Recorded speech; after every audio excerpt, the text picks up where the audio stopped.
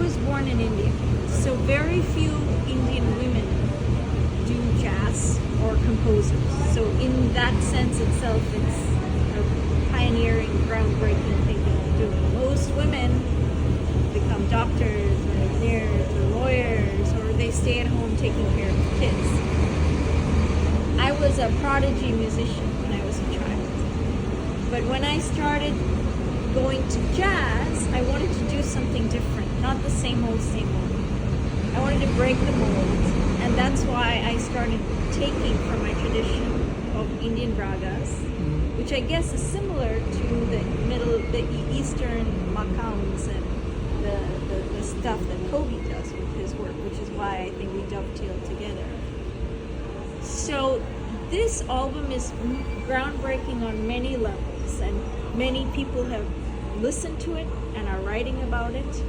And I have two of the biggest legends in the jazz world.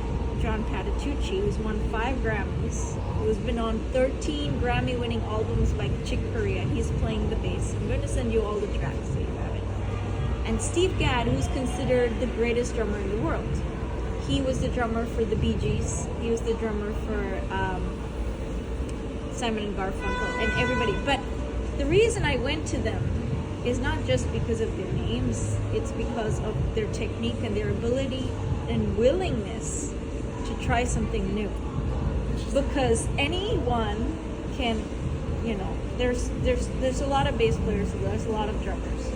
But to have a drummer bassist with heart, and on that record is also Joe Lassie from Preservation Hall, who wants to learn Indian music and influence. So like you, I'm trying to bridge the gap and invite people into my world. And that's the whole reason why I started composing music, because I didn't want to be a solo concert pianist. I wanted it to be about opening my world and collaborating with others. That's why I started my band. See, you were saying you want something new. Yes. And that happens through collaboration, through mixing things. Yes. You mix orange juice and grapefruit juice to get something new. That's exactly right. But do it not in a way where it's not just about you, it's benefiting others. So that's why I wanted Kobe to have the solo in my music. That's why I opened my Carnegie Hall show to other artists. It's not just about me, because it's so easy to get lost in that me mindset. It's about bridging two worlds. So I've been called the ambassador of the East and the West. So for me, music is actually a symbol of unity, of peace. The ragas are very unusual. They're supposed to be played at a certain time of day. Yeah, I saw that you were saying a certain time of day, yeah. Which is very new in the jazz world. Yeah. Because you go to a jazz club, they play any tune, anytime. When I do a show, it's a journey. I actually have lighting that corresponds to morning moments and morning ragas, and evening moments and evening ragas, and I'll show you examples of pictures where you were talking about living in the moment. This is hyper moment, you know, and the ancient traditions, they knew it. They knew how living in the moment is really, really important. Like, for example, when I do a show, I have all these beautiful graphics in the background. Are they also here? And it's an experience. It takes people through India.